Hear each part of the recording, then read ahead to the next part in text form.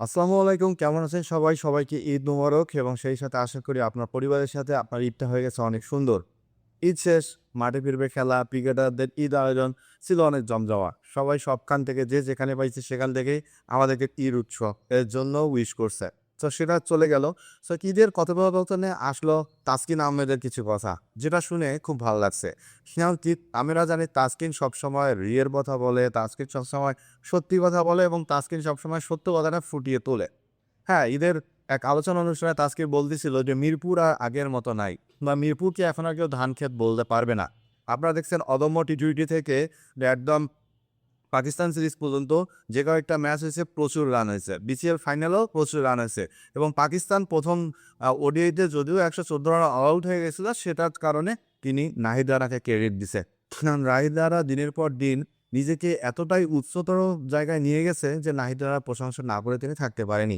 সেখানটায় তিনি বলছে যে গণমাধ্যমে অনেক নিউজ দেখি, কিন্তু মিরপুরে যে একটা পরিবর্তন, আমূল পরিবর্তন, যেখানে আমাদের ব্যাটাররা রান করতেছে, যেখানে আমাদের টেলেন্ডার ব্যাটাররাও যদি নামে সেখানে তারা ৬ মারতে পারতেছে। অথচ আমাদের যে ক্রিকেটাররা আছে বা আমাদের যে সাংবাদিকরা আছে, ক্রিকেট প্রসঙ্গদের সাংবাদিকরা আছে, কেউ মিরপুরের প্রশংসা করে নাই। সবাই শুধু আছে কিভাবে কোথায় খোঁজ বার করা যায়, কোন জায়গায় খুঁত আছে, কোন জায়গায় কার দোষ আছে, কে কোথায় বসলো, কে কোথায় থাকলো না। একদম ট্রু কথা বলছে তাসকিন আহমেদ। তিনি এটাই জানাইছে যে মিরপুরকে কেউ আর ধানক্ষেত বলে অপবাদ দিতে পারবে না। কারণ মিরপুরের উইকেট পথ বদলে গেছে এবং সেই সাথে আমরা যদি ২০২৭ বিশ্বকাপের আগে যে টুর্নামেন্টগুলা খেলবো বা যে সিরিজগুলা খেলবো, সেই সিরিজগুলাকে যদি আমরা গুরুত্ব সহকারে দেই এবং আমাদের যতগুলা ম্যাচ হোম সিরিজ আছে, সেই ম্যাচগুলোতে যদি আমরা ৩০০ রানের এমন ট্রু উইকেট পাই এবং আমাদের ব্যাটাররা যদি ভালো ব্যাটিং করে এবং আমাদের বোলাররা যদি ভালো বোলিং করে, তাহলে আমরা হয়তো খুব ভালো করবো ২০২৭ ওয়ার্ল্ড কাপে। সেই সাথে আসন্ন যে হোম সিরিজ আছে নিউজিল্যান্ডের বিপক্ষে, সেখানে বাংলাদেশ ৩টা টি-টোয়েন্টি খেলবে, ৩টা ওডিআই খেলবে। সেই প্রসঙ্গে তাসকিন বলছে যে, "আমরা হোম সিরিজে যে কয়েকটা টিম আসবে সবাইকে হারানোর জন্য প্রস্তুত আছি।"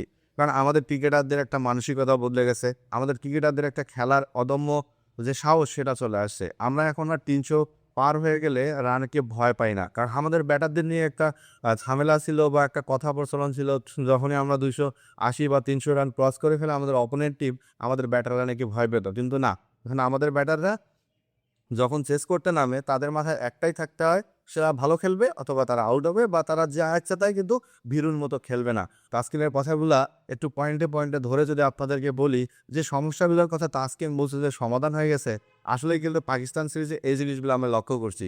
যদিও তৃতীয় ওয়ানডে ম্যাচে বাংলাদেশ টসে হেরে ব্যাটিংয়ে নেমে বাংলাদেশের ওপেনিং পার্টনারশিপ যেভাবে শুরু হয়েছিল, শেষটা লিটন কুমার দাস বা তাওহিদ হৃদয় কেউ এভাবে শেষ করতে পারে নাই। সেখানে প্রশ্ন করা হয়েছিল তাসকিনকে, তাহলে আমাদের শেষের দিকে যে একটা লোয়ার মিডল অর্ডার ব্যাটারের ঝড় থাকবে সেটা কি আমরা খুঁজে পাচ্ছি না বা আমাদের সমস্যা কি ফিল হচ্ছে? তাসকিন একটা কথা বলছে যে, দেখেন মিরপুরের উইকেট কিন্তু একটু গতানুগতিকভাবে স্লো হয়ে গেছিল শেষের দিকে এসে। সো কেন স্লো হয়েছিল? সেটা হচ্ছে বৃষ্টির কারণে। কারণ আবহাওয়া ড্যাম ছিল। আমরা ১ম ২য় ম্যাচে যদি আপনারা দেখেন, যদি বৃষ্টি না আসতো আমরা ব্যাটাররা কিন্তু ভালোই খেলতেছিল। আমরা কিন্তু রান ধরে এগোচ্ছিলাম। কিন্তু বৃষ্টি পরে পিচ এমন একটা অবস্থা হয়েছিল যেখানে বোলারদের ফেভারে পিচটা চলে আসছিল।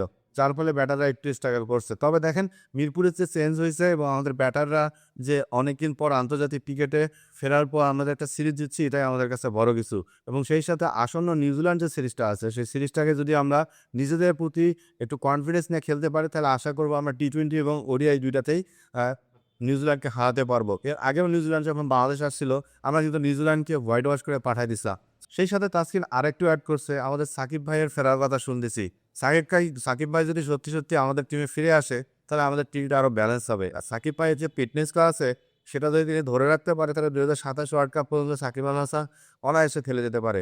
সব মিলায় তাসকিনের কথার সাথে আমি একমত। কারণ বাংলাদেশ দলের ব্যাটিং যে সেশনটা আছে, সেই সেশনটা যদি ভালো হয় বা বাংলাদেশের ব্যাটাররা যারা আছে, তারা যদি ধাপে, ধাপে ভালো ব্যাটিং করতে পারে, হৃদয়রা যদি নামের পাশে সুবিচার করতে পারে, তামিম যদি রেগুলার রান করতে পারে, লিটন যদি অভিজ্ঞতার দামটা দিতে পারে, তাহলে আমার মনে হয় বাংলাদেশ টিম ২০২৭ বিশ্বকাপ পর্যন্ত আসন্ন যে সিরিজগুলো আছে সেগুলোতে খারাপ করবে না। আপনার ঈদ কেমন কাটলো? আপনার পরিবার-পরিজন নিয়ে খুশি কতটা কাটলো? সেটা অবশ্যই কমেন্টে জানাবেন।